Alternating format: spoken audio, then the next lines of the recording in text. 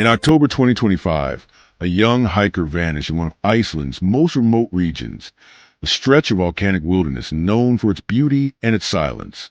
Search teams combed the highlands for days.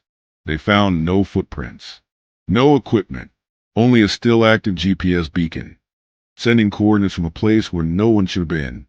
This is a story of the vanishing hiker in Iceland, and the GPS that refused to die. Iceland, a land of volcanoes, glaciers, and endless horizons. It's one of the most sparsely populated places on Earth, where weather changes in minutes and the wilderness stretches for miles. Every year, hikers from around the world come seeking solitude and beauty.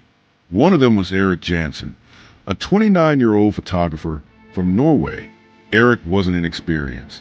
He trekked through the Arctic Circle, filmed the Northern Lights, and documented some of the harshest terrains in Europe. In late September 2025, he posted a message on social media, heading into Iceland highlands for one last photo expedition before winter. If you love the wild, you have to respect it. Those were his last words to the world.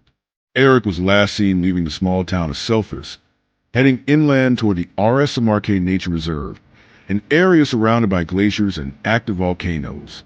He carried a satellite GPS tracker, standard safety equipment in Iceland's backcountry. It transmitted his location every 15 minutes to a cloud service. For 2 days, the signal showed Eric moving steadily north, hiking deeper into the highlands. Then, just after midnight on October 2nd, his GPS pinged from a ridge near Katla Volcano. After that, he vanished. No new coordinates, no movement. Yet strangely, the GPS kept transmitting. When Eric failed to check in, local authorities launched one of the largest search operations of the year. Rescue teams from Reykjavik, drones, and thermal scanners scoured the region.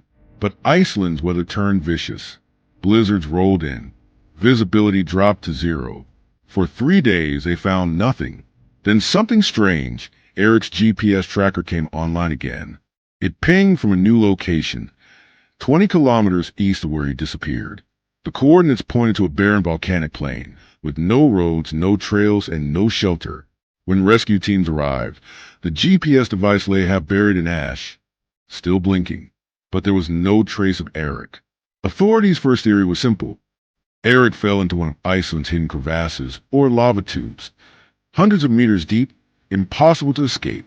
The GPS could have been thrown from his pack, rolling across the rocky ground until it came to rest.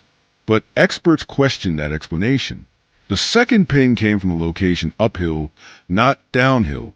Impossible without someone or something moving it. Others suggested the GPS floated downstream during the storm.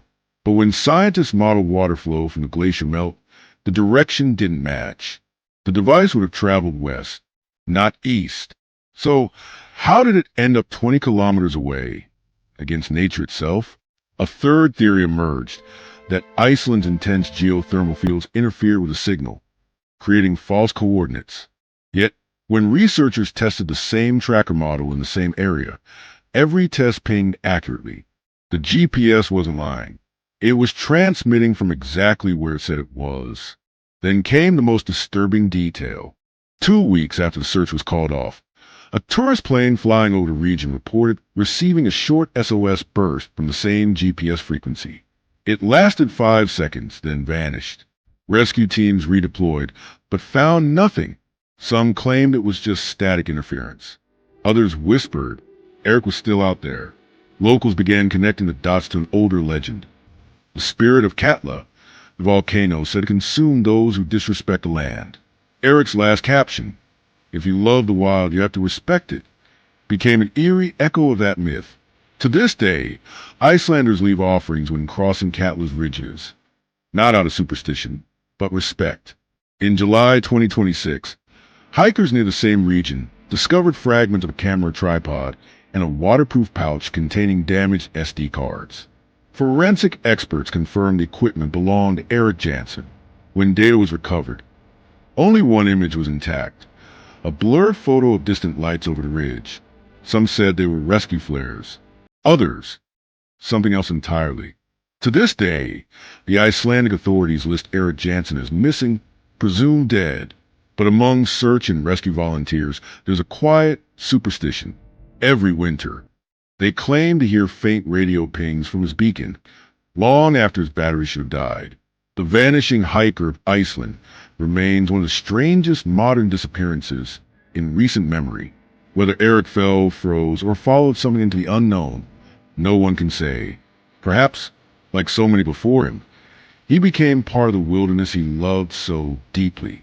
And perhaps the land, silent, vast, eternal, simply kept it secret. I'm your narrator, and this is the story grid. Because some stories don't end, they just fade into the snow.